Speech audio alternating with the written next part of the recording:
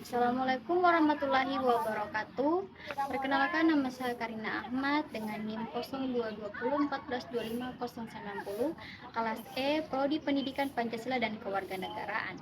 Pada kesempatan kali ini saya akan mempresentasikan rangkuman jurnal yang berjudul Kebijakan Maritim dalam Mewujudkan Negara Kesatuan Republik Indonesia sebagai Poros Maritim Dunia.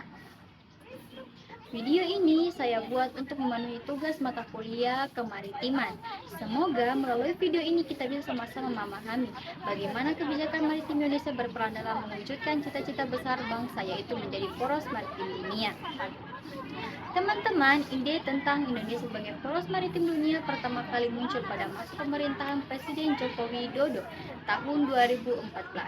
Konsep ini berangkat dari kesadaran bahwa Indonesia adalah negara kepulauan terbesar di dunia dengan lebih dari 13.000 pulau dan luas laut mencapai 5,8 juta kilometer persegi.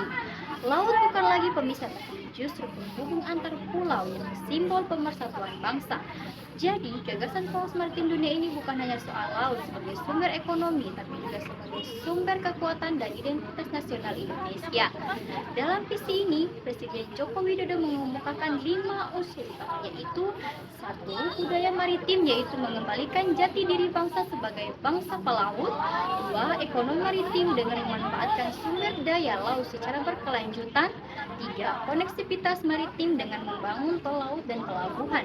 4. Ketahanan maritim, yaitu memperkuat, mempertahankan, dan keamanan laut. 5. Diplomasi maritim agar Indonesia punya peran penting di dunia internasional. Nah, untuk mewujudkan cita-cita itu, pemerintah menyusun kebijakan kelautan Indonesia yang dituangkan dalam Peraturan Presiden Nomor 16 tahun 2017. Ada 2 dokumen utama dalam kebijakan ini, yaitu Dokumen Nasional Kebijakan Kelautan Indonesia dan Rencana Aksi Kebijakan Kelautan Indonesia. Tujuannya jelas, mewujudkan visi maritim yang berpegang pada kepentingan nasional, keadilan, dan kesejahteraan rakyat. Kebijakan ini berlandaskan 6 prinsip dasar, yaitu 1. Wawasan Nusantara. 2. Pembangunan berkelanjutan. 3. Ekonomi biru. 4. Pengelolaan yang terintegrasi dan transparan. 5. Partisipasi masyarakat. 6. Kesetaraan dan pemerataan. Lalu, ada juga 7 pilar utama kebijakan kelautan Indonesia, yaitu 1. Pengelolaan sumber daya laut dan pengembangan SDM. 2. Pertahanan, keamanan, penegakan hukum dan keselamatan di laut. 3. Tata kelola dan kelembagaan laut. 4. Ekonomi dan infrastruktur kelautan. 5. Pengelolaan ruang laut dan perlindungan lingkungan laut. 6. Budaya bahari. 7. Diplomasi maritim. Semua pilar ini saling terhubung dan dirancang agar pembangunan kemaritiman bisa dilakukan secara holistik, terintegrasi, dan berkelanjutan. Implementasi dan upaya penegakan hukum.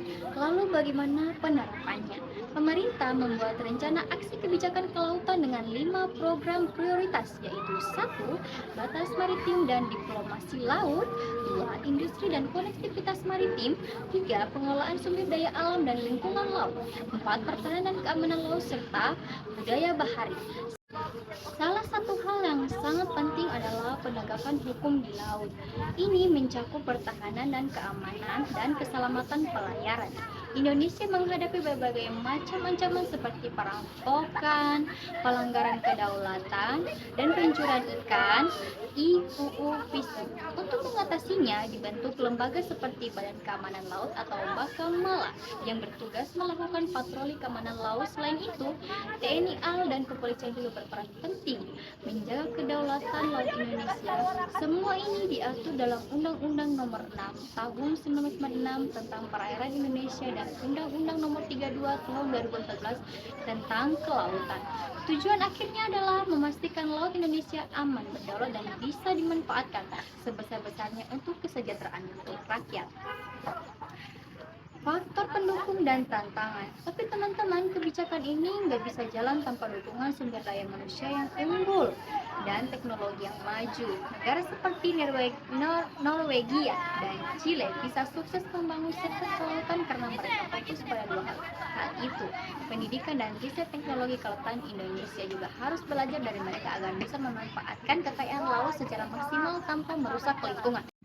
Tantangan lainnya adalah soal koordinasi antar lembaga dan kesadaran masyarakat. Karena laut bukan cuma urusan pemerintah, tapi juga tanggung jawab bersama kita semua. Nah, dari pembahasan jurnal ini bisa kita simpulkan bahwa satu, kebijakan maritim dapat mewujudkan negara kesatuan Republik Indonesia sebagai poros maritim dunia, terdiri dari Dokumen Nasional Kebijakan Kelautan Indonesia dan Rencana Aksi Kebijakan Kelautan Indonesia. Kebijakan maritim diarahkan pada perwujudan visi dan misi kelautan Indonesia harus yang berpegang teguh pada kepentingan nasional serta keadilan dan manfaat sebesar-besarnya untuk kesejahteraan rakyat Indonesia. Kebijakan kelautan Indonesia disusun berdasarkan 6 prinsip dasar, yaitu wawasan Nusantara, pembangunan berkelanjutan, ekonomi biru dan pengolahan terintegrasi dan transparan, partisipasi dan kesetaraan. Dalam pemerataan, pilar-pilar kebijakan kelautan Indonesia terdiri dari pengelolaan sumber daya kelautan dan pengembangan sumber daya manusia, pertahanan, keamanan, penegakan hukum, dan keselamatan di laut, tata kelola dan kelembagaan laut, ekonomi dan infrastruktur kelautan, dan peningkatan kesejahteraan, pengelolaan ruang laut dan perlindungan lingkungan laut dan budaya bahari, diplomasi maritim. 2. Upaya penegakan hukum untuk menunjang kebijakan maritim dalam mewujudkan negara kesatuan Republik Indonesia sebagai poros maritim dunia dilakukan melalui kebijakan pertahanan, keamanan, dan penegakan hukum dan keselamatan di laut, bertujuan untuk menegakkan kedaulatan dan hukum, mempertahankan keutuhan wilayah negara kesatuan Republik Indonesia, dan melindungi segenap bangsa dan seluruh tumpah darah Indonesia dari ancaman, tantangan, hambatan, dan gangguan di wilayah laut. Adapun saran kebijakan maritim dalam mewujudkan negara kesatuan Republik Indonesia sebagai poros maritim dunia, visi poros maritim dunia bisa terwujud apabila ada kebijakan dan program pendukung yang tepat, efektif, dan kompetitif. Pemrograman pembangunan kelautan tersebar di berbagai kementerian atau lembaga. Oleh karena itu, perlu disusun Dokumen Nasional Kebijakan Kelautan Indonesia yang menyinergikan dan menyelaraskan seluruh program pembangunan kelautan agar lebih terarah, tepat sasaran, serta capaian hasilnya dapat diukur. Dokumen Nasional Kebijakan Kelautan Indonesia ini akan menjadi pedoman bagi kementerian atau lembaga dan pemerintah daerah dalam melakukan perencanaan, pelaksanaan, serta monitoring dan evaluasi pembangunan sektor kelautan.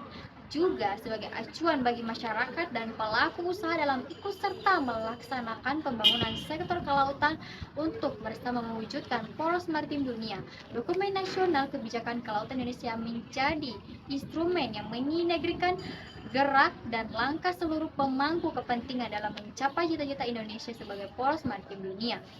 Upaya penegakan hukum untuk menunjang kebijakan maritim dalam mewujudkan negara kesatuan Republik Indonesia sebagai poros maritim dunia dapat dilakukan dengan melaksanakan program-program utama dalam melaksanakan strategi kebijakan pertahanan dan keamanan maritim seperti pembangunan pertahanan dan keamanan laut yang tangguh melalui postur pertahanan kelautan Indonesia yang profesional dan luas wilayah perairan dan wilayah jurisdiksi Indonesia, serta mampu menanggulangi ancaman dan gangguan dari dalam dan luar negeri, ikut berperan dalam membangun perdamaian dan keamanan kawasan. Peningkatan kemampuan dan kinerja pertahanan dan keamanan secara terpadu di seluruh wilayah perairan dan wilayah yurisdiksi, serta di luar wilayah yurisdiksi sesuai dengan hukum internasional. Peningkatan pembangunan kawasan perbatasan di laut dan pulau-pulau kecil terluar. Peningkatan peran aktif Indonesia dalam kinerja sama pertahanan dan keamanan laut baik di tingkat regional maupun internasional. Penegakan kedaulatan dan hukum di wilayah perairan dan wilayah yurisdiksi, serta optimalisasi serta komando kendali komunikasi, komputerisasi, intelijen, serta pengawasan dan pengintaian. Pembangunan karakter bangsa yang berorientasi kelautan dalam upaya bela negara dan meningkatkan keamanan dan keselamatan pelayaran. Sekian penjelasan saya tentang rangkuman jenjang kebijakan maritim dalam mewujudkan negara kesatuan Republik Indonesia sebagai poros maritim dunia. Terima kasih sudah menonton video ini. Wassalamualaikum warahmatullahi wabarakatuh.